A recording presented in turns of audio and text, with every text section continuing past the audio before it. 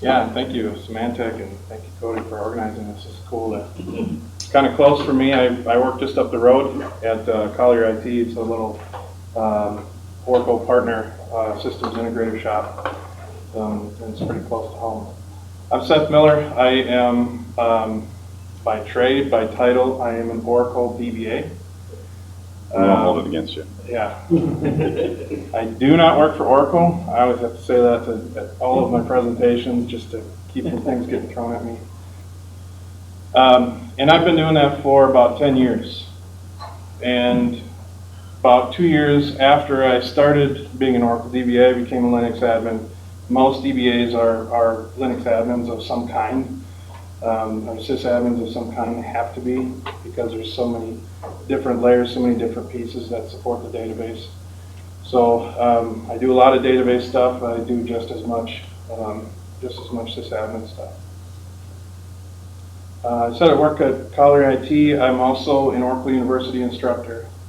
So I teach the official curriculum of Oracle University. This is, Collier IT is the only Oracle University authorized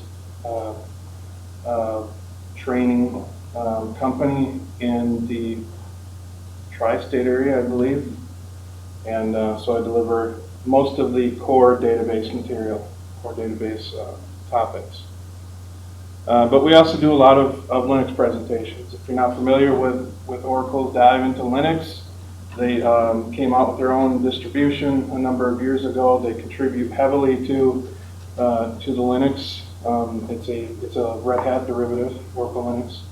They contribute heavily to that, and they employ a lot of people that either came from Sun or that just came in on the Linux side that contribute a lot of good material, good work to the Linux community as well. And I really enjoy Linux stuff. I enjoy coding as much, or maybe a little bit more than I enjoy doing database stuff. I got interested in Docker maybe 6 months ago. It just started popping up in blogs, and I started seeing some things that some of the companies were doing with Linux containers, including Docker, and it's just really interesting. I've always been fascinated with virtualization, but the containers, the zones, this type of virtualization is even more interesting because it's just much more scalable.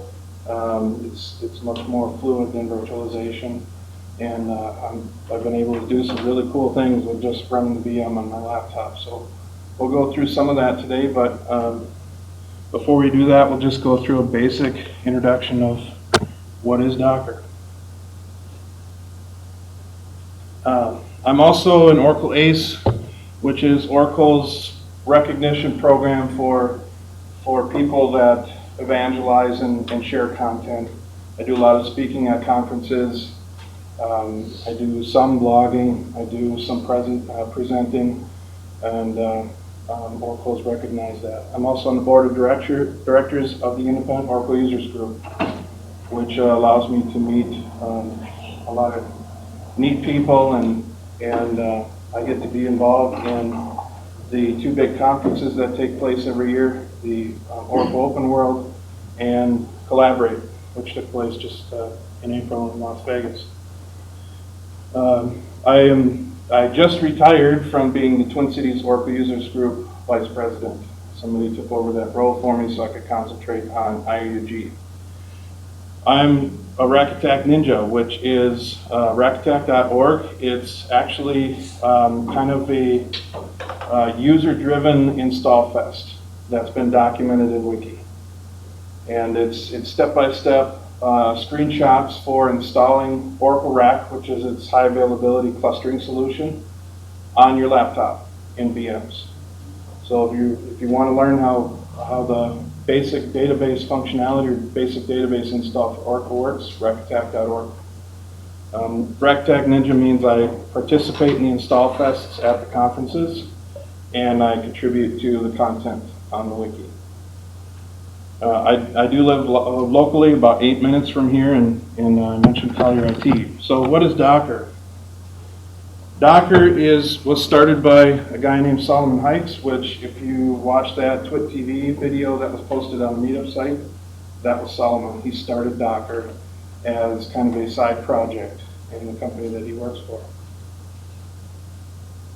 It was officially released, the first version was officially released in 2013. So although the back-end technology of containers is relatively mature, Docker is relatively new. It's only, and when it was released in 2013, that was kind of a beta, although it was an official release, it still wasn't 1.0, so it's still relatively young. It's written in Go, so if you have played with Docker a little bit, you'll see that come up in a few different places. Like if you're trying to do some filtering, it helps to understand a little bit of the Go scripting language. It's built on top of LXC, Linux Containers, which came out in Linux 6, I believe, of the Red Hat line.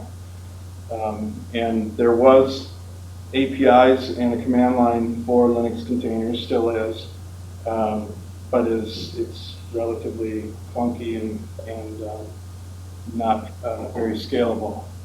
So the Docker was built on top of Linux Containers. It builds its own library, or uses its own library, but it requires containers in the back end. And from the number of people here today, obviously there's a lot of interest. There are now more than 20,000 stars on GitHub. There are 4,700 forks of Docker already in the last, just in the last 2-3 years. And there are currently 900 contributors as of January of this year. I have a question. Why are there so many forks? It seems like there should just be, maybe half a dozen. Well, a good one was, somebody asked earlier, is there a 32-bit version? And Docker is officially 64-bit. They don't support 32-bit, but somebody forked it, so it works in 32-bit.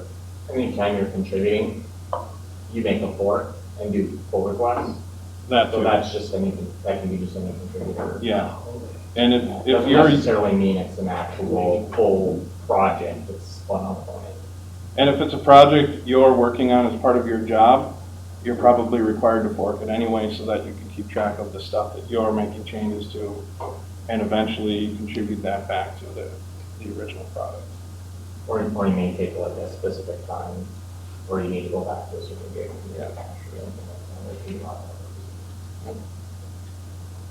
Yeah, we do the same thing with Rack Attack. Anyone who's actually modifying code, they fork it, they make their changes, and sometimes they push it back to the original line, sometimes they don't.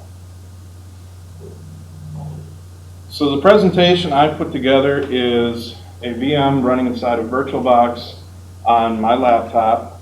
It's running Oracle Linux 7, just because I'm used to using it. Oracle is actually, on the Linux side, put out a number of blog posts and really good documentation on how to use Docker. So I just picked it up from there, decided to use the Oracle Linux distro, because I'm familiar with it. But of course, it's just a Red Hat derivative, CentOS, and going to work fine. And the version that I was using for the demonstrations is Docker 1.5. Is there any difference in the way that Docker interacts with the operating system if it's Debian or RPM? Not really, because all it uses is the kernel and things like C groups and SE Linux. So everything else is within the container. There aren't going to be that many differences.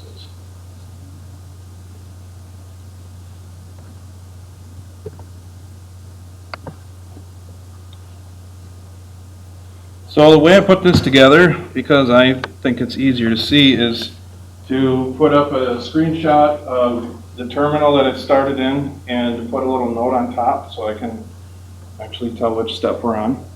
And then from there go into an interactive, or play the video, if I can get it to work. And it just goes through and executes the steps that are part of this slide. So I'll just let it play in the background. It loops so you can kind of see what exactly it looks like. So the first step here is then to install Docker, which for most distros at this point, it's just an RPM or a package or whatever the distro calls it, and it's in their primary repository. Yum installed Docker in this case. I installed BetterFS as well, just to make the file system that Docker is running on easily extensible. So with BetterFS, you have the ability to just add new devices and expand the file system dynamically. Docker is also built to be aware of BetterFS and use things like its snapshotting technology and some of that stuff. I haven't utilized a lot of that, but as you'll see in the one of the next steps, you actually tell Docker that you're running on top of BetterFS. That's optional, right? Yes. It'll run on any POSIX file system.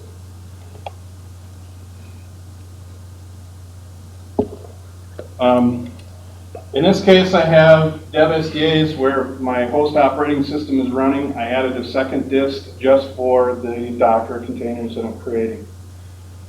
So that's dev SDB, and you see I'm formatting it with BetterFS. Dev SDB is 25 gig. I created a one partition, makefs BetterFS -f dev SDB, and it doesn't. If you haven't played with BetterFS yet, it's more like ZFS than it is ext4 or something like that. It just puts it into a pool of available disk, and that allows you to mount that up as a file system. And this is running Linux 7, or Oracle Linux 7, so we're running systemd as opposed to Upstart or sysv in it.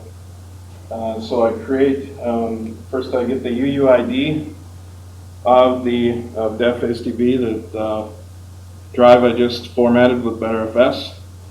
I create a system for systemd, which is how it mounts all of the devices. So now instead of doing it through fstab, you just create another service inside of systemd, and that will then mount your drives. I'm gonna do a loopback. Do a loopback. I know drivers. No, like a loop device. Yeah. No, this is actually, you create it as a system, and when you start that system, it actually mounts it up. Okay. So you've got to have escalated privileges, then it drops those privileges once it gets it mounted. Yeah. It does all the SE Linux stuff. Right. Okay. And it comes up, it's just like if you were to create an init script and do a check config for level 3, that's what multi-user target is. Very similar to that. With systemd, everything is a service now, even the file systems. So an FS tab will be gone once It'll be there, but yeah, it's just like init scripts. Once you move into systemd or Upstart, you're no longer using init scripts. You can actually create an init script and use it, and in fact, the service commands like service networking restart still work, but they just do a systemctl restart in the background.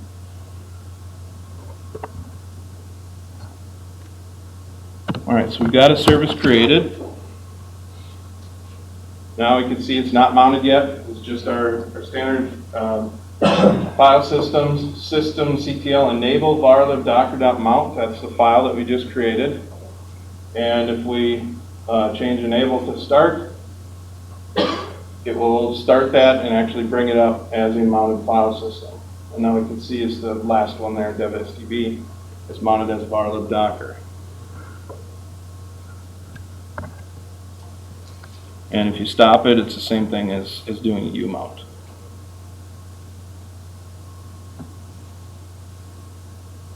These are where the images are going to reside. This is where, yeah, all the containers, all the images, everything to do with Docker will sit on this file system. So now I want to enable Docker to see this new mount that we've created. Inside of a configuration file in etc sysconfig docker, we add the options -s BetterFS which is just telling it you're running on top of BetterFS. I don't think it's actually required, but it does give you advantages if it knows it can do things like use the snapshots, things like that.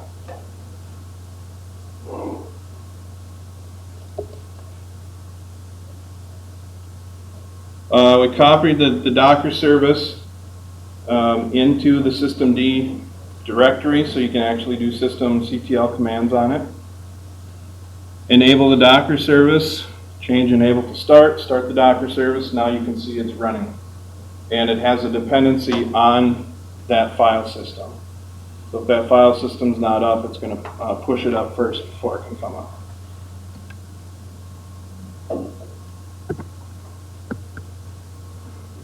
So now Docker's running, and the basic, the first thing that you do when you're using Docker is to first get an image.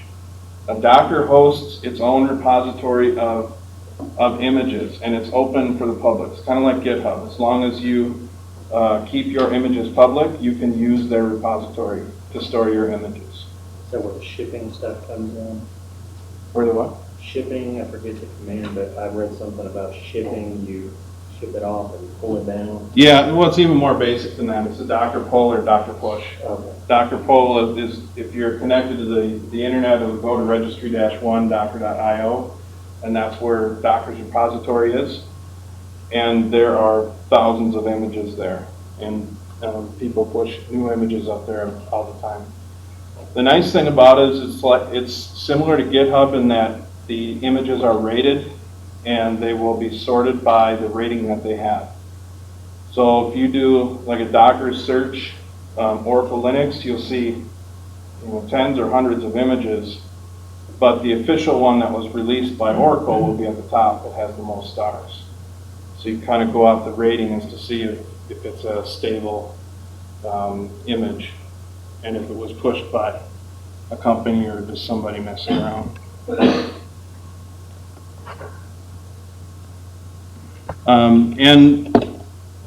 Docker pull is for pulling down an image. You give it an image name. You can optionally follow that with a tag name, which is kind of like the version of the image. And Docker search, you can actually just do a search right on the command line for an image. And it can be part or all of the image name.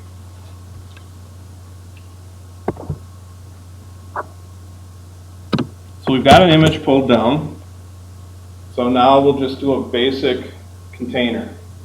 The Docker has two states of a virtualized system. You have an image, which is the static version of what you're trying to run, and then you have your container, which is a copy of the image that's now open and running a specific command. So once you have an image, then you can create one or multiple containers from the image. And you do that with the command docker run. There is the basic syntax of running a container is docker run and the container name and then a command. So it's not necessarily meant to be something where you would, like with the virtualization technology, you fire up a VM, you log in, you use it as a full operating system. That's not what Docker is for. Docker is for creating a container to host a specific service or a specific program and to run just that program. If you need to run another program as part of that overall service, then you run it in another container. Because everything is all of the stuff that you're using, you're not creating a complete copy of your image. You're just taking the image and you're firing a program within that image. So creating multiple containers from an image is very inexpensive. The only overhead with that is the amount of memory you need to run the program within that image. So in this case, we're creating a non-interactive image. We're just executing one command. So we take that image, we fire up a container, we execute one command, then we shut the container down because the command finished. And that's what you're seeing, cat etc password. And you can see now that Dr. PS doesn't show anything. Dr. PS-A means show me all the containers, even the ones that have already been shut down. And you can see that the status over here is exited, because it executed its command and it finished. Now we try to, exec is a command that you can use to log into a running container. Oops.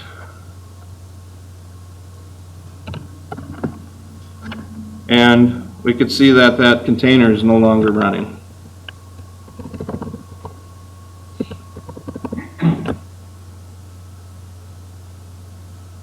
And then it says container non-interactive is not running. So then we can do Docker start non-interactive. Then we get a published bug. This is something that Docker is aware of. Is non-interactive the container name, or is that some kind of service? Yes, it's the name I gave the container, yes. Yep. That's where you gotta put your pet's name in. Yeah, well, yeah. The other cool thing about Docker is when you create a container, it assigns the name that you give it. If you don't, it gives it a really long, unique number, but it also gives it an alias. And the aliases are kind of cool because they're easy to remember. They don't make sense, but they're easy to remember combinations of words. We'll see that in a minute.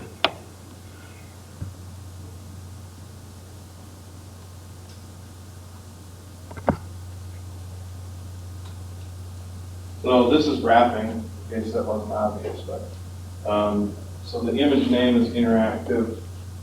Oh, I went to the next one.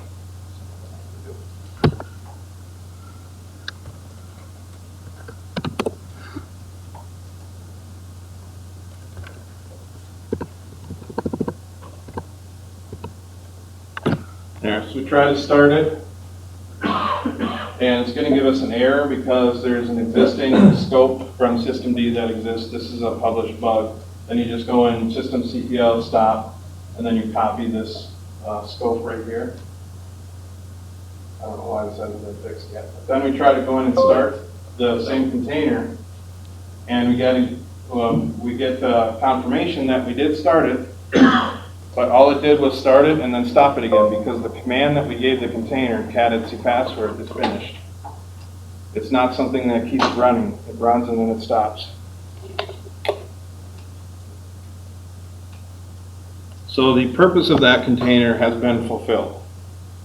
It's no longer relevant to have that container around.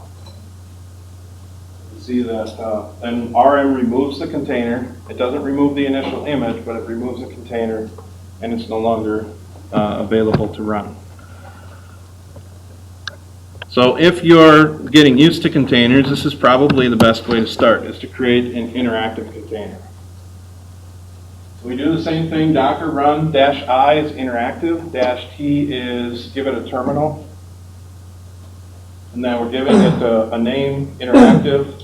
Then you tell it which image you want to run and which command that you want to run as part of the container. We give it bin bash, which is a shell, which means now we're actually connected to the container and it's running. And the shell, the command for this container doesn't finish until you exit the shell. So now we're inside of the container. We can do things like run the cat password command. And then once we exit, we can see that the container is no longer running, just like when you did the cat password.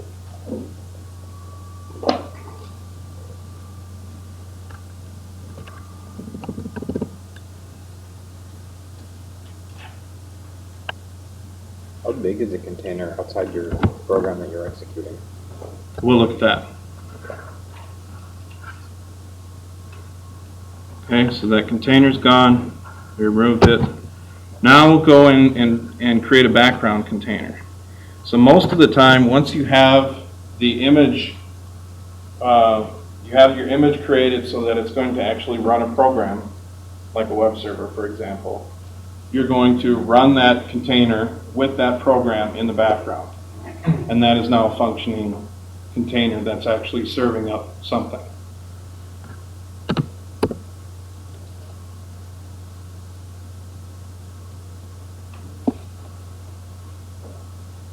I'll do the same thing, Docker run -IT, but now we're adding -D, which means detach.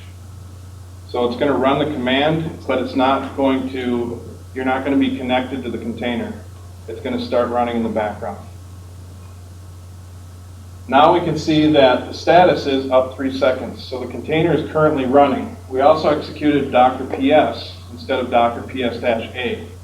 Docker PS will only show you the containers that are currently running, where PS-A will show you all of the containers. You can also connect to a running container with the Docker exec command. So we ran Docker exec-IT, gave it the container name, and created another shell. So now we're connecting to that running container with a separate connection. Once we exit that second connection, that doesn't actually affect the container, because that first command, that first connection that we made, is still running.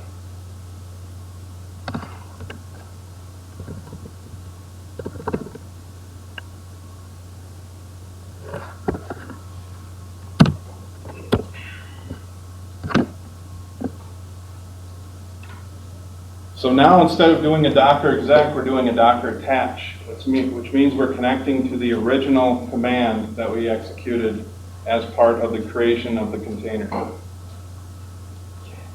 So if we do a Docker attach and we do an exit, now we're exiting that original bash, bin bash that we executed. So that's why the container is no longer running. So if you fire one of these up and you did the Docker attach, is that where you would go in and say you were doing an Apache instance? You'd go in and actually do the configuration of that instance? Yeah, and you wouldn't do an attach. You'd run the container as with a shell. You'd do all of your configuration.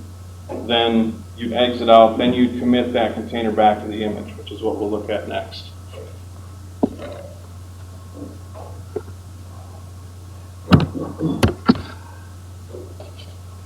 Now if I go in and I attach to a running container, or I exit from the shell or whatever command is running, and I want to restart that container, I can do that using the start command. So again, we run into this bug with the existing scope, go in and stop that scope. If we start that container back up, because it's a long-running command, because it's a shell that doesn't exit until you explicitly exit, then you can restart that container. And that's what we did here. And I'm executing another session into that same container using the exec command and interacting with that container as it's currently running with just a shell. So to answer your question, if you're creating a container, you need to first go in and install a program and modify files and do all kinds of stuff. So you would probably do that with a shell. You create a container with a shell, do your installations, do your modifications, exit out of that container, and then you commit that container back to the image or to a new image. So that's what we're doing here. We're installing Xorg X11 server, just installing some programs, modifying that container, modifying the original image inside of the container. And then once we make those modifications, we want to actually save them back to an image. So now you have a new image with the modifications that you've made.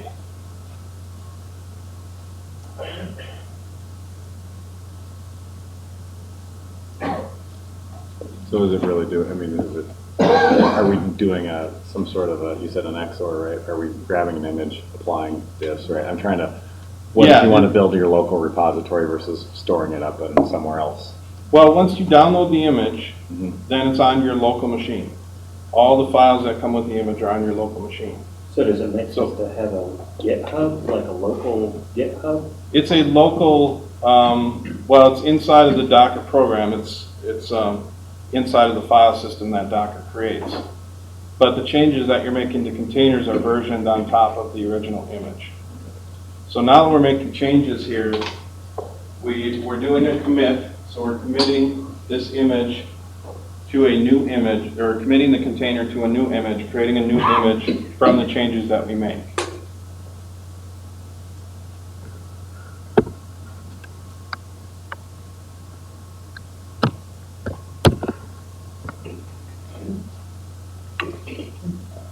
So looking at our images now, you see the top one there is the image that we just created, which is the original Oracle Linux latest image with the Xorg server installed on top of it. And then we committed that new container to an image. And you can see on the right, the virtual size, that new image is more than twice the size of the original image.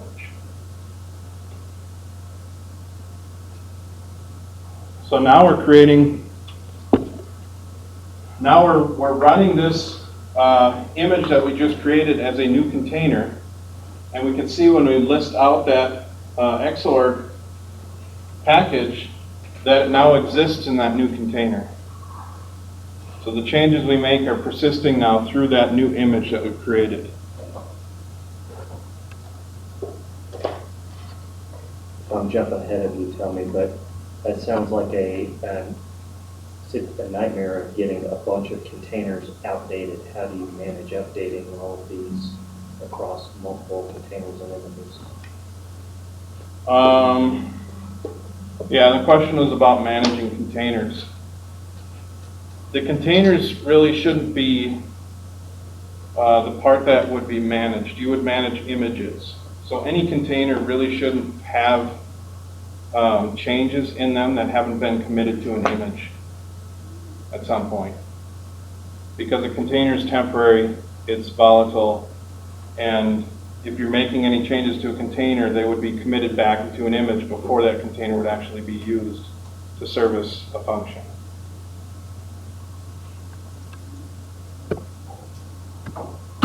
So let's see an application of where you would actually use a container to create a service. So the most basic is just to create a web server. So create a new container, call it HTTPD. We're grabbing the original image that was downloaded, Oracle Linux, which does not yet have HTTPD installed. So we create a shell, an interactive shell. And you can see that we're attached to it, because in this case I also did -h, HTTPD, which means give it a host name. So when Docker creates the image, it automatically gives it a host name as well, and actually modifies the etc hosts. So we're inside the image. We're installing HTTPD as part of the image, and then we're immediately going to exit out of this image, of this container, and commit it back into an image. Where did the commit actually happen? We haven't yet. We haven't committed it yet. First thing we want to do is to make sure that that HTTPD will now run. So we're still inside the original container. We haven't committed this to an image yet. We've started a server. We can see that the processes are now running inside of the container. And if we do a curl command to inside of this image, we'll see that it'll actually return the HTML of the default landing page for HTTPD.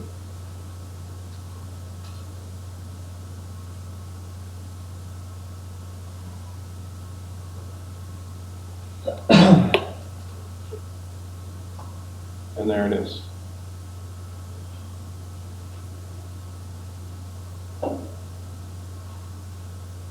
So now we want to commit that new container with the modifications that we made back to an image. So we can reuse this image with new containers. So we're kind of going back and forth between images and containers. But really, any modifications that you make inside of a container should be committed to an image at some point.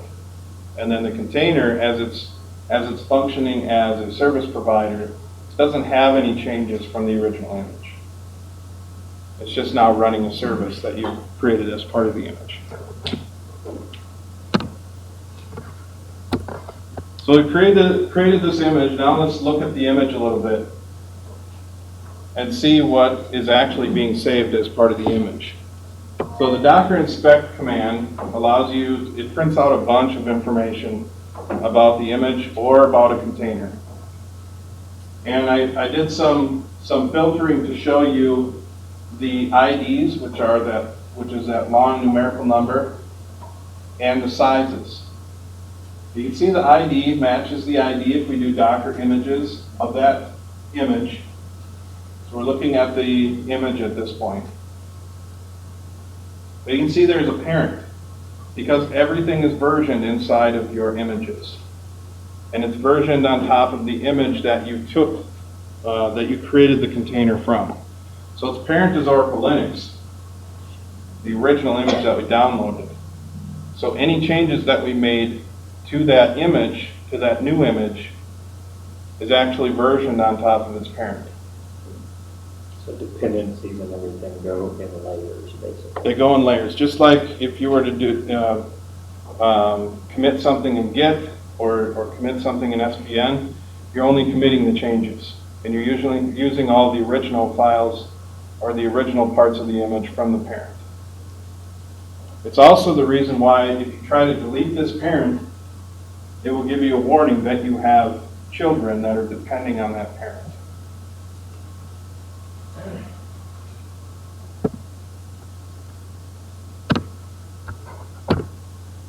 So now we'll go back to that image that we created, the HTTPD image. We'll create another container from that image. And we'll actually fire up a web service. But instead of having to run a browser from within the container, we want to actually pipe that or tunnel that port back out to the host operating system. And we do that with the -P or dash port flag, which allows you to map a port inside of the container, which is port 80, to a port on the host, which in this case is port 8888. And now we're creating the container, running the actual HTTPD daemon in detached mode, in background mode. We don't need to make any changes to it. Everything functions. We just run it now in the background. And now it's actually serving web pages to the host. And we're still on the host. The container's running in the background, but port 8888 is forwarded to the host. So we try to go to port 80. That's not being forwarded. We're not forwarding to port 80. We're forwarding to port 8888. So the second example succeeds. So now we'll kill that container. And then remove the container. And we can see that container is no longer there. Except you happen to know is it just using native like IP tables for the NAT translation? It does use IP tables for the tunneling and the translation, yes. Do you happen to know is there any IP6 support yet? Yes, there is IPv6 support. Good.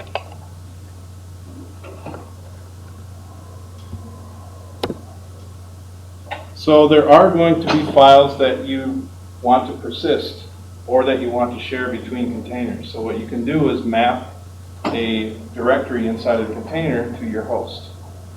Or you can actually map a directory inside of a container to another container. But in this case, we're going to map it to the host. So we're creating a directory, a couple directories on the host. We're putting HTTPD conf inside of the host container, or the host folder. We're putting some information in there so that so the containers can use them. And then we're running a container, and we're using the -V. We're not doing it yet. Oh, first we got to modify a container to have the folders inside of the container. So now we're connected to a container. We're making a directory inside of the container. And actually, this isn't necessary. I just wanted to show it. When you map a volume from inside of a container to a host, it creates the folders automatically. You don't actually have to go in and pre-create them like this. I wanted to also show So that's like a Samba folder or Samba share or something? How is it able to write between the host and the container? It's actually a direct mapping because your containers are actually running on the same operating system. They're just inside their own namespace. So your folders exist on the file system that you set up, that BetterFS file system. You can actually look at all the folders inside of the images or the containers without a container being running. They just run these processes inside of a different namespace. So when it's mapping a folder inside of a container to the host operating system, it's just putting another folder inside the container instead of its own folder. So that's come up with it. Yeah, how it's actually mapping it, doing it to the UFS layer. But to me, it brings up the question in an enterprise, like, how do you do this across multiple hosts? That's where I'm kind of a little Yeah, confused about so there's the a paradigm. networking between, You're kind of like asking about the architectural pieces of it, and that's, not yeah. really what this is about. Well, I mean, we can talk about it maybe after Seth got through his presentation, but the scalability and doing this is just a whole different paradigm. Like you asked about how you do this, you don't. You throw them away and you build a new one. Right. I mean, there's a whole different enterprise paradigm shift when you think about it, which is kind of why some of the bigger companies are having trouble swallowing horse bill. Yeah. Mm-hmm. What? I can't patch those jobs.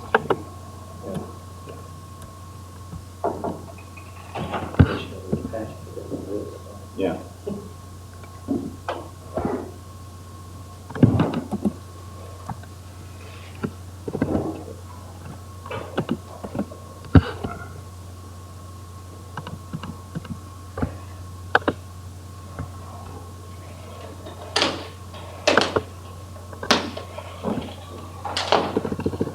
The initial image you downloaded from the Docker site, in this case, the Oracle Linux, who builds those? If I wanted to build one of those, do you just toss one together? I mean, where do you Yep. start? It's just like if you were downloading something from GitHub. Unless they're paying for it to be private, it's publicly available. Same thing with Docker images. Someone uploads an image to the Docker repository, anybody can use it. Okay, but say I have a new version of CentOS that comes out and I want a Docker image and it's not out on the Docker hub. Can I create that image? And are we going to talk about how that's done? It's actually quite simple. You create your image and you execute Docker push. You have to create some credentials so that you can actually connect to. That's to or put how the do you image make out it? there, but how do you make the image? How do you make the CentOS? Oh, like if you want to do Container to a start with. Scratch install. Yeah. You just start an instance and then do an install in that instance? Yeah, there's actually, it's not quite the same as if you were to create like a VM and do it.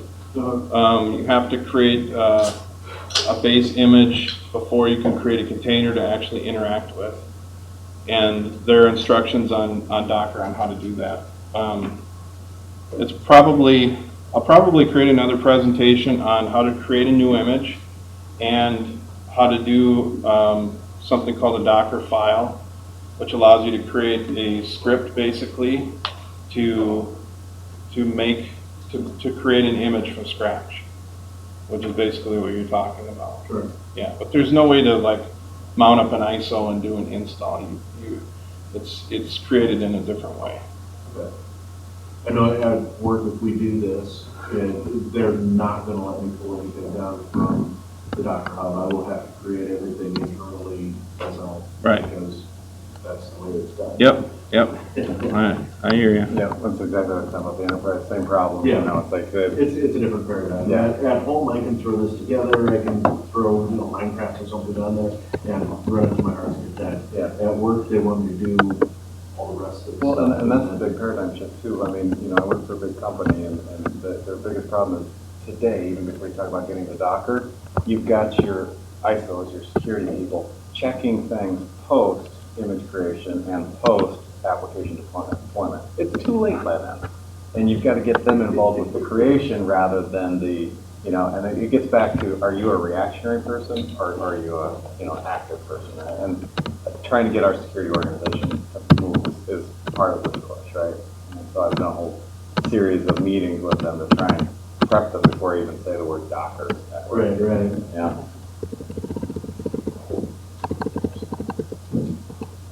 We're kind of fighting with ours right now. We're looking at putting an application out in Azure, and They want to know how Microsoft creates its image that they put on Azure. Yeah. And I go, at the point that you're putting something out on the Microsoft cloud, you're already trusting them to a certain extent. Yeah. Really, are they upload gonna your put own, something in that too. image that's so bad? And this would be somewhat similar, except it's much easier for someone to just upload something and, maybe there is something a little less honest in something out there. I think Azure allows you to upload your own custom image as well, I believe. So. Yeah. Yeah, it's like AWS, yeah. But their base OS is an image anyway, so the ISO they give you, that has a WIM in it, so you're trusting that image. Yep. So, I'm aware of that. I'm having a heck of a time convincing security of all that stuff. Because, they're paid to not trust anybody, including me. So, Where'd you have to? Yeah, so, I can kind of speak to how to create like the base image. So with the Docker files that were mentioned, like those are mostly publicly available. So the image that's on the bottom of every other image is called Scratch. And then usually to make these base images, all that people do is copy in like a tar.gz file and unzip it, and that's your container, that's the base container. So like you can kind of do whatever you want with that. Like the BusyBox container is just Scratch with like the bin ls, like BusyBox binary and /bin. That's like, that's the entire BusyBox container. Yeah, because remember, you don't need a kernel. You don't need an init-rd. You're not starting up an operating system. You're just basically creating a namespace and then executing a program. So most of these images, including the Oracle Linux image, there's no init. There's no systemd. There's no upstart. There's just, that's why I had to start the HTTPD command using the actual command, HTTPD-F and the configuration file and the ports and everything. Because there's no underlying init process. You can install, they've actually created custom init processes for containers that you can install, but that's usually not necessary because you're usually just, that container is functioning as a specific service or for running a specific service.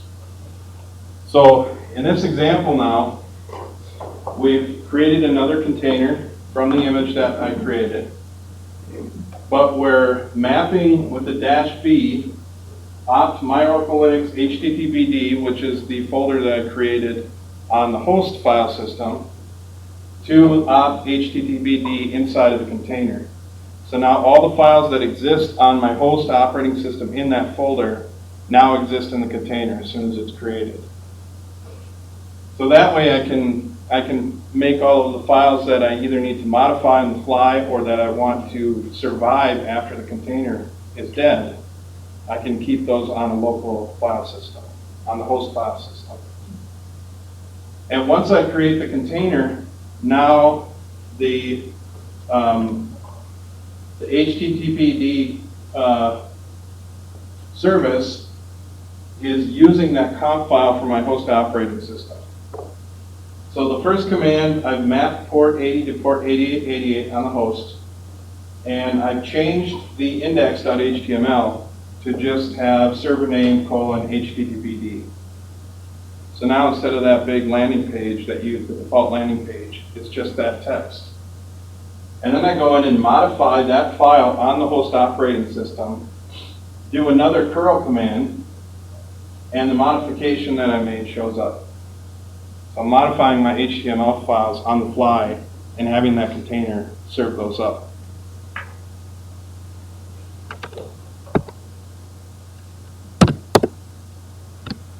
So now I want to scale it up.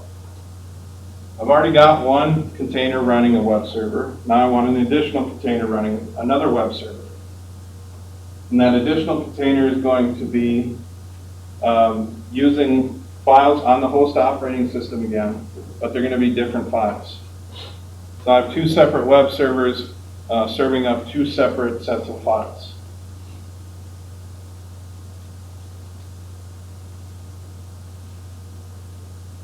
I had to change the document root in the HTTPD conf because I changed the folder where these files are being served up. So instead of our www HTML, now they're coming out of the folder that I mapped back to the host operating system. I also then had to create a virtual directory to give permissions for the web server to be able to access those files. And now I've created another container pointing to a different set of files. It's also pointing to a different local port. Now, depending on whether I access 8888 or 8889, I'll get two different web servers, two different sets of files. This is my second container, that's my first container.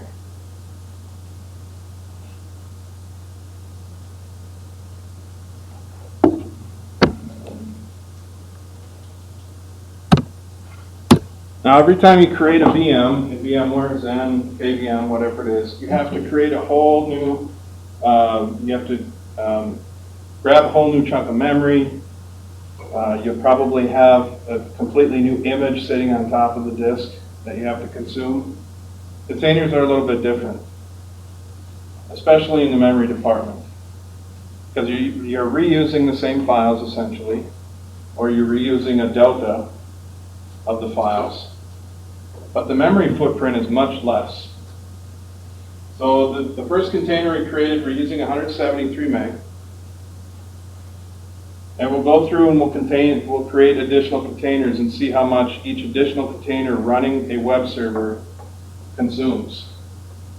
So we're at 180 now. The new container consumes 7 meg. Create another container. 11 meg. Another container. Another 7 meg. And of course this goes up and down depending on what service you're running inside of the container. So that's essentially the overhead that you're creating, is the services that are running inside of the new container. It's pretty consistent that each new container is consuming an additional 7 meg. You can see that this VM has only got 2 gig allocated to it. I could create dozens of containers inside of this small VM, and it would still run pretty well. You can't do that with VMs. I couldn't create dozens of VMs, each with 2 meg on my laptop. Again, we started with 173 meg. We created 10 containers. We're now at 244 meg.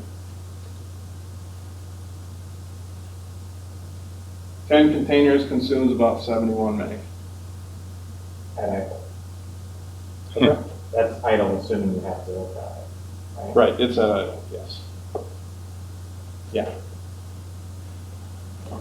Right, like I said, it depends it actually depends more on what the services are actually doing inside of the containers. But they're not actually being accessed by anything. Right, and if you were to do this, instead of running HTTPD, if it was just shell, bin mash, it would be much, much less. Right.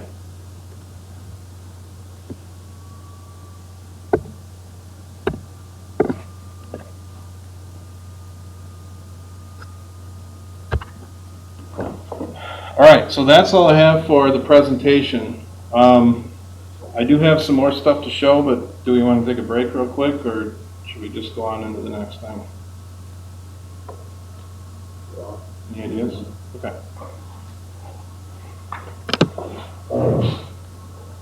So lately at my job, there's been an initiative to run Hadoop. Cloudera's installation of Hadoop and SAS, the analytics product. So we're actually creating a product that runs Hadoop to host the files and SAS to do visual analytics on big data, which means I had to learn Hadoop. So at the same time I was learning Docker, and I decided to kind of do both at once. So kind of in the middle of it. Who is familiar with Hadoop? Yeah. Couple? A little bit? Anyone Hadoop administrators? Okay, good. We'll kind of start at the very basics. So this happens to be the same VM that I did all the demonstrations in.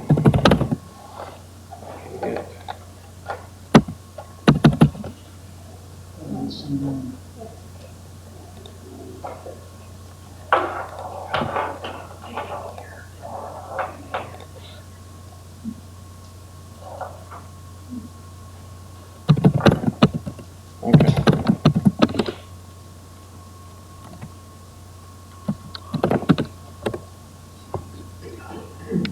Or the ones you just fired up? No, these are ones I've been working on. I'm kind of documenting this as I go.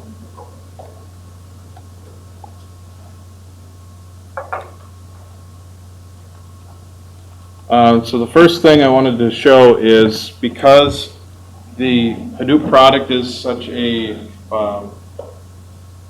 grouping of so many different pieces, you can take a Hadoop cluster and you can fire up all the daemons on a single machine and have a full Hadoop cluster running on one machine, which of course defeats the purpose of Hadoop. At last count, Yahoo's Hadoop cluster was at like 72,000 nodes or some ridiculous thing. So it's meant to be very scalable.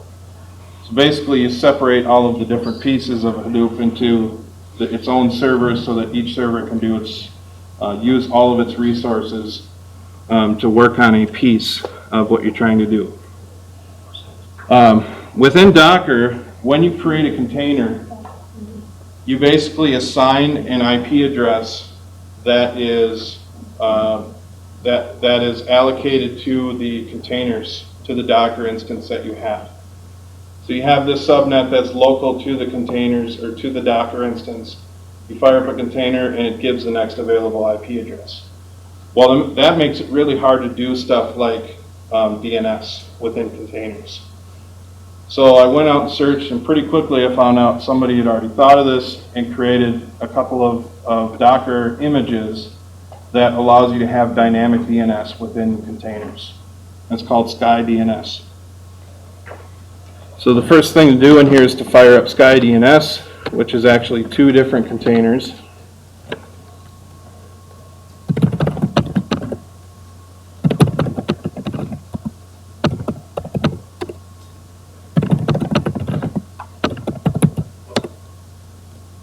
And I also have a client that I created. Oops.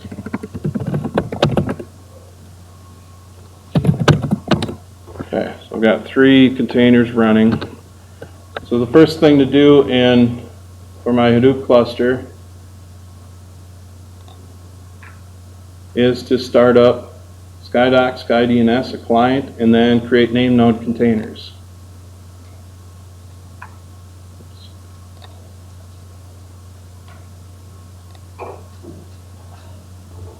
So the name node containers actually create or host something called HDFS, which is a very clustered, very scalable file system, originally created from Google FS, which is where the idea came from, is to make this very scalable, scalable file system that you can spread across a bunch of different servers.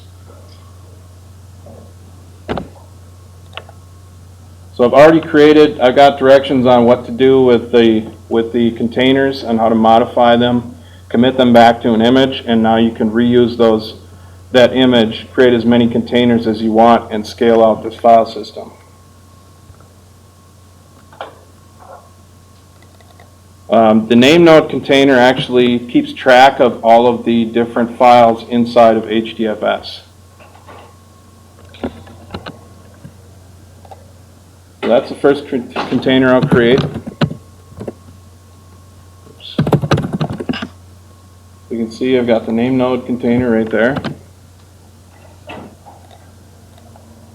Now I need data nodes, which are the actual nodes that build out your HDFS cluster. And I'll just run 7 of those.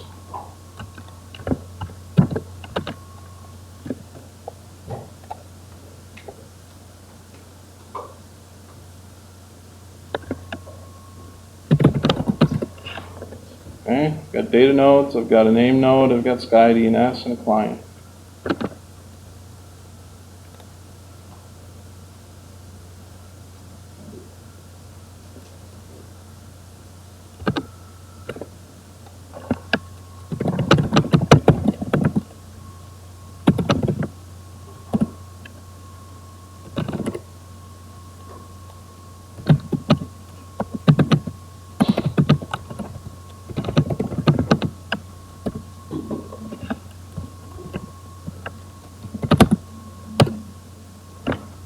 So at this point, I already have an HDFS cluster running.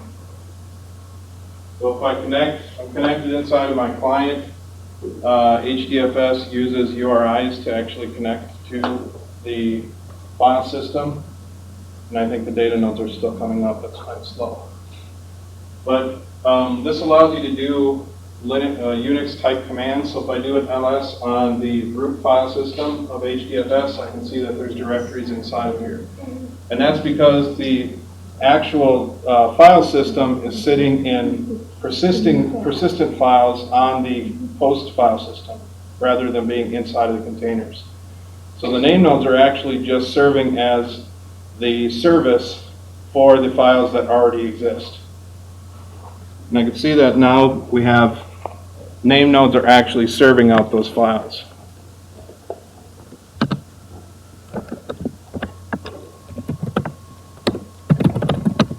Another thing to notice here is my client,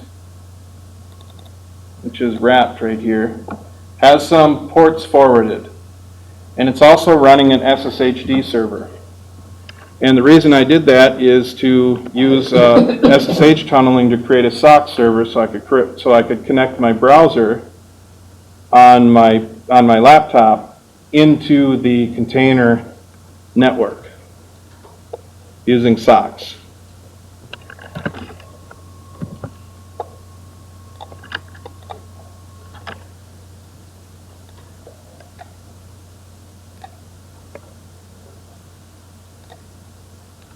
So I've got this set up. So I'm using a SOCKS host, local host. I've forwarded port 12345 from my from the VM onto the PC.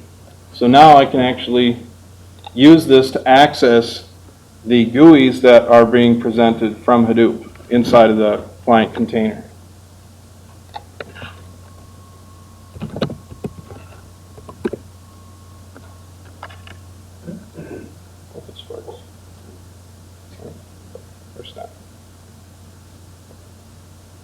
I gotta make sure I have the right ports forwarded.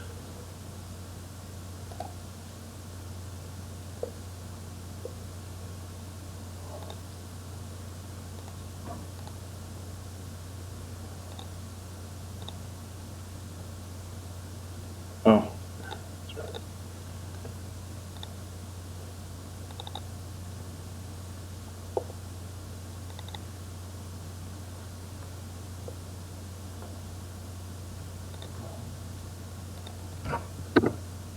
There we go.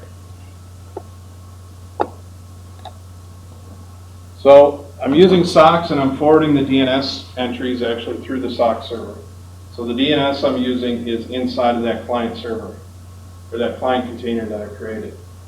So now I can see, using the Hadoop name node GUI, I can see the 7 data nodes that I've created here.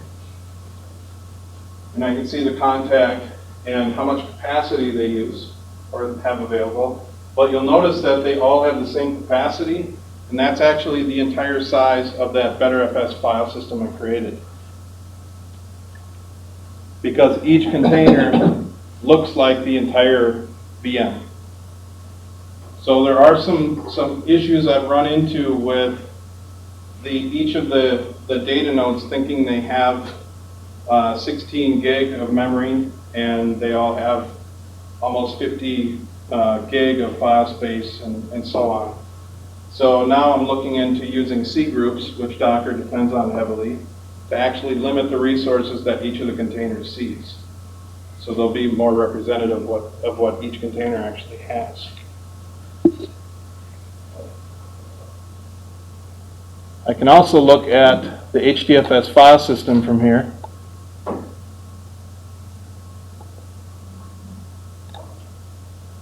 And look at all the directories that we're using. And then you can do things like fire up MapReduce jobs, which basically takes a bunch of different files and does sorts on them and key value stuff and shrinks it down into a single file, all across these different containers. And the other cool thing is you can fire up, Cloudera has VMs that you can download for VirtualBox or VMware, where you can build out your whole Hadoop cluster inside of VMs, but you can only scale it so far because you're limited to whatever resources you have on your laptop. If you do it inside of containers, you can do things like fire up 100 data nodes, and you can't run full bore on these data nodes, but at least you can see this represented as more of an enterprise Hadoop cluster file system, and do things like play around with configuration and see how you can break it and play with it. It's very good for development and learning products. How are you generating, I guess, I/O to see what the issues are across that cluster? The laptop environment. Kicking off jobs mostly. So I can go in here, and I can do things like run a MapReduce job. And that GUI allows you to see how it's distributing the workload? Yep. And if I go into the GUI and go to, let's see, I have to fire up some more VMs first. So anybody propose to just, expose to me the JBOD subarray of different hosts, and then I'll go and create a container per disk and, I'll scale that way. Right. Have you heard about that, or? No, not specifically. That's what I've been seeing, happening around here, and I just don't know if that's really a scalable thing, or if just people are trying to get around the issues around, resource management of the heart. Yeah. So now I've got a resource manager, which allows me to do MapReduce jobs.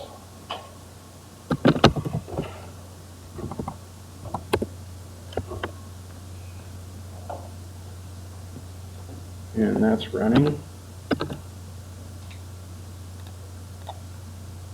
I need node managers.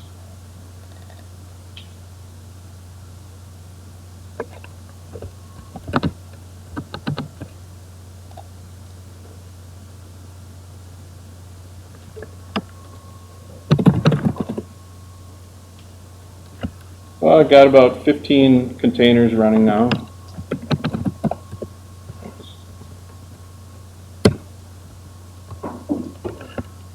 I cranked up this VM to 8 gigs instead of 2, but we're still using less than 2 for almost 2 dozen containers.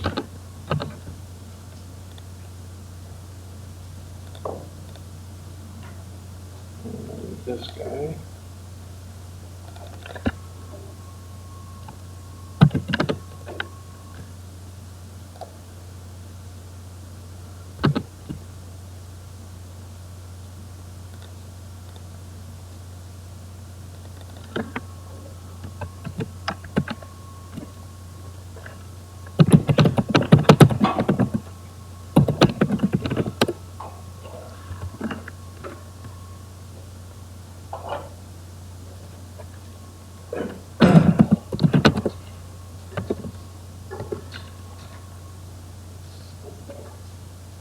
And it's complaining because that directory already exists.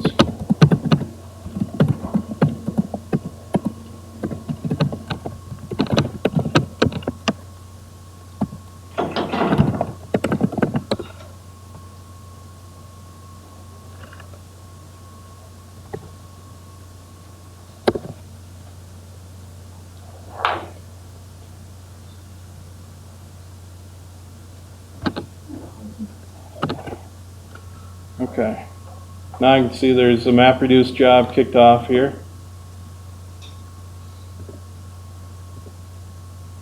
And master signed here.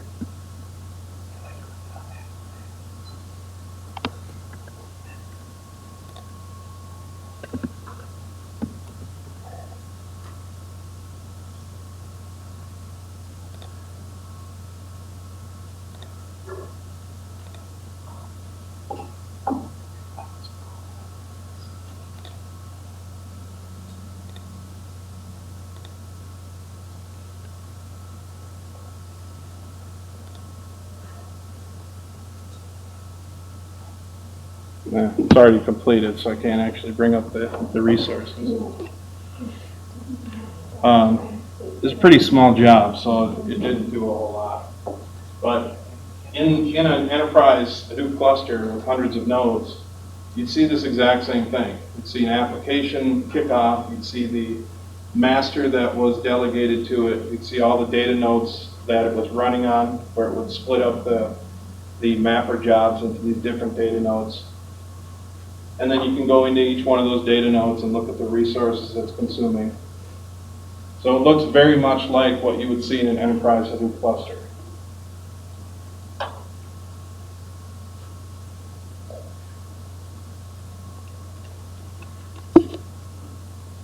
And I think that's all I have for now. I'm about halfway done with this cluster. I'm adding different pieces in as I figure out how to change the executables to actually run inside of a container.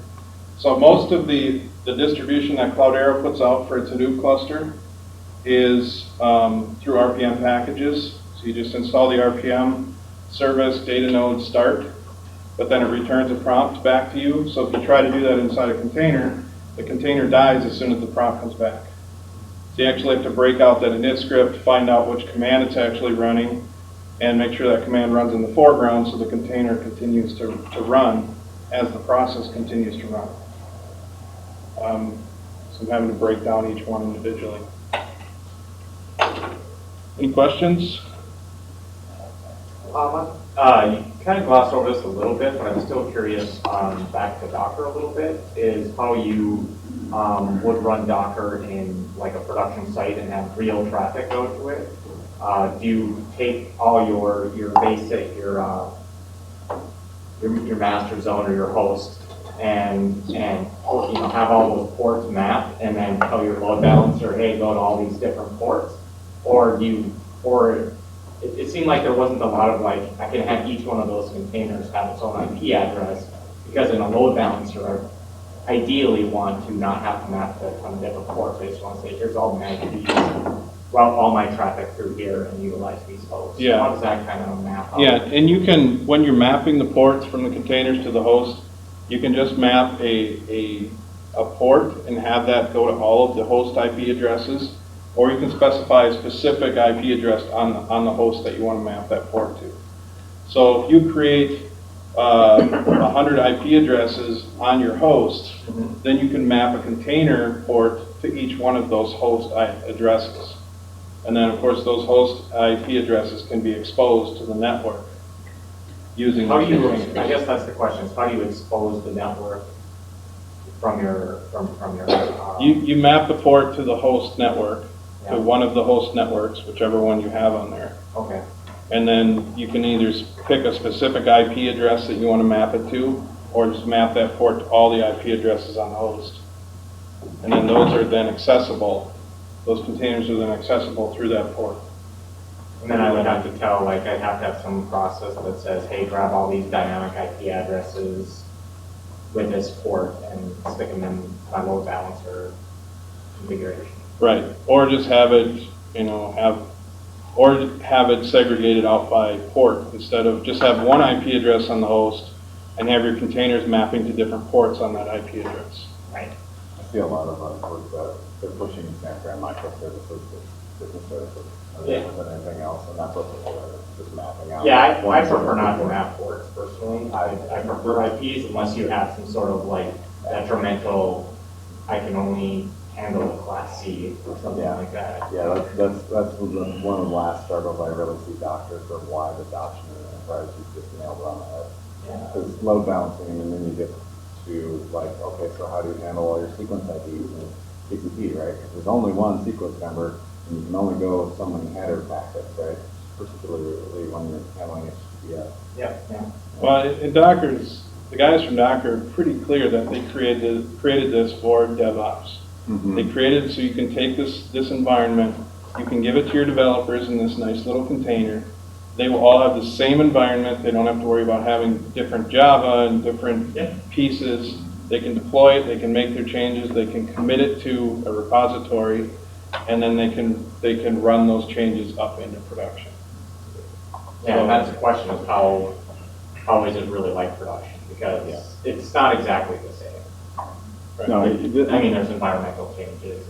yeah, and that's the integration piece. I think that's so the Calavera guy that I was talking about, my coworker, is actually, he's trying to address this, like coming out with a framework that says you're going to map one, port per IP, or you're going to, for your host, right? How you map your directories on the host is you're only going to do it this way.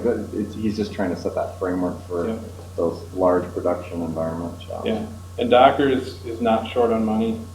They've got venture capital from wherever they want. So they'll probably acquire some products and have the orchestration piece as a completely separate product line. Yeah. The other big question I had with that I thought was missing a little bit was, you explained kind of how to make images and you're storing them and they're all on your file system, right? But and you can publish them to the internet with Docker. But I don't want to publish my image to the internet, right? I want to publish it to some sort of internal repository. So do you set up a Docker repo and then do your Docker commit and then that pushes to that internal repository? Is that how that works? Yep, just with config files you can do that. Because, obviously if my laptop goes away, right, I don't want to be stuck. Yep, it's very similar to Git. If you want to set up your own Git repository. So if you have your own internal Git, you basically just set up a repo and then Yeah, it wouldn't be Git, it would be a Docker repo, but yes. Okay. Essentially you just do it with config files. But that's just going to be like a service that runs and it's going to publish and then you just tell like Docker that, hey, use this repository instead of this guy? Yep. Okay. I was just going to say, you can assign IP addresses to containers, correct? You can, I didn't cover that. Yes. Oh, as opposed to doing them I'm back. doing that at home, and there's a private LAN they can appear on the host as a separate interface. You can actually Oh, yeah, then it just looks like route any other host that's on the network and you just. But not exactly, I don't know how you do an IP table run, for example. Right, if you're changing the networking and you're using like host networking, it dramatically changes the scalability of containers, especially with networking like containing or making sure you don't expose ports, because now you're just using the host network, you don't have that IP tables in front of it. So it does change the functionality quite a bit of a container if you're using a different type of networking, but I think there's 4 different choices for networking. It'd be also interesting when you're in your demo, I mean, you don't have to like actually come up with a number, but when you're doing your Hadoop cluster, from your memory, how you're doing like 24 of them and they're all using like 7 megs or whatever each, you're actually doing something with it. How does that memory increase and how do you protect yourself from eating up all your resources and that kind of thing? And that's why I'm going to start looking into C groups, because that's how you would do it. Okay, with C groups. Yeah. So that basically does like, what's the difference between C groups and source control management or resource management or SRM or whatever that is? Is that the same concept in? Well, I'm not familiar with the latter, but C groups essentially allows you to containerize resources. It's a Linux product. I think it came out in version 6. But it allows you to create a namespace and then limit the resources available to that namespace. And Docker has integrated it into the product. It's part of it. KVM uses it too. Yeah, SRC, or I think it's called SRM or something like that. It came from the old Solaris days, where that's what containers. By the way, yeah, all this stuff came from Solaris. Solaris has been doing this for decades. I don't know about Oracle Linux specifically, or Solaris for that matter, which Oracle owns, but are they doing Docker on their non-Linuxy stuff? No. Solaris Smart has OS some. is, right? So you can actually do Docker on Smart OS, which is a variant of Solaris. So Yeah, Docker will only run on Linux. There are no, as far as I know, there are no Unix variants for Docker. It's There's an open a, source there's supposedly technology. a Windows port that Docker has There- announced that they're working I on. forgot to mention that, yes. The next version of Windows, they're working very closely with Microsoft. The next version of Windows will have Docker integrated into the product. there is for Solaris via Smart OS, that variant. And what they do there is they've had containerization forever. So all Yeah. they do is they run like a Docker instance, right? And they just say, yeah, when you tell me to do this, I'm going to translate this to Solaris type container command. Yeah, and Solaris has its Spark, its Unix, and then it has its x86 variant. And I think they're probably much different in how they work, but yeah, Solaris has had zones for at least a decade, which is where this whole philosophy came from.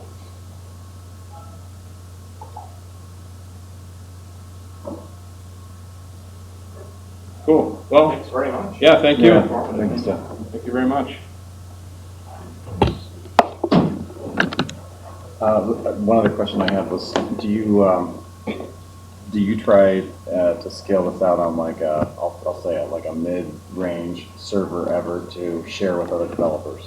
Like, you know, obviously you've got your own Hadoop here on your laptop, right? Mm-hmm. Do you have any sort of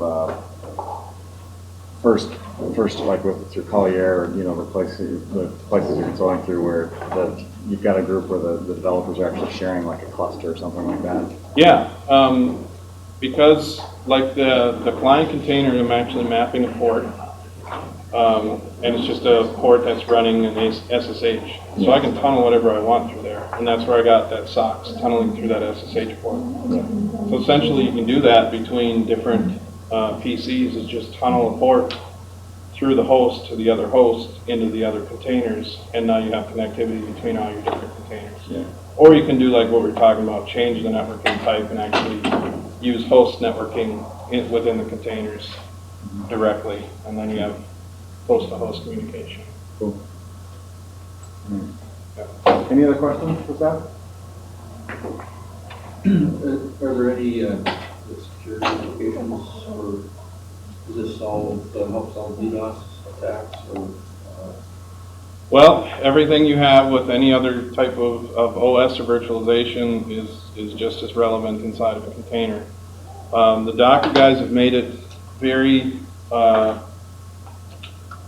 they've opted for more security rather than less. So when you create a container, you either explicitly open up specific ports, or you can make all the ports opened up.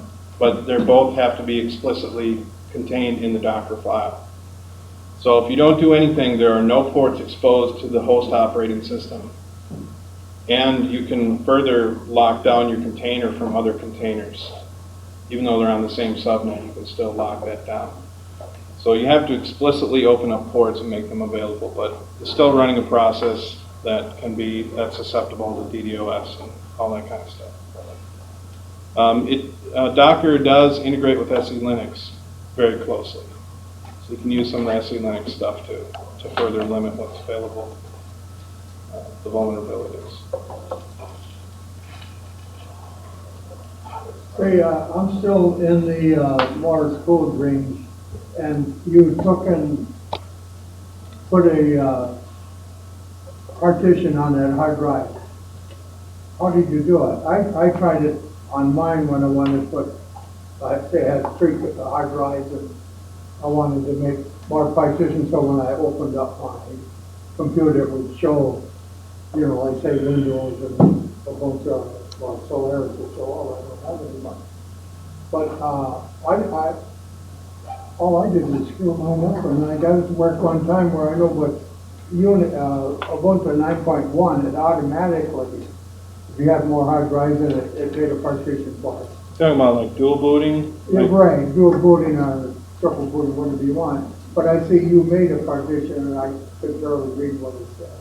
Oh, that's that second disk that I created? Right, yeah. It was just another virtual disk on a VM. Oh, okay. So we can actually look at the VM real quick here. I'm using VirtualBox, so very similar to VM Server, Okay, VMware Server.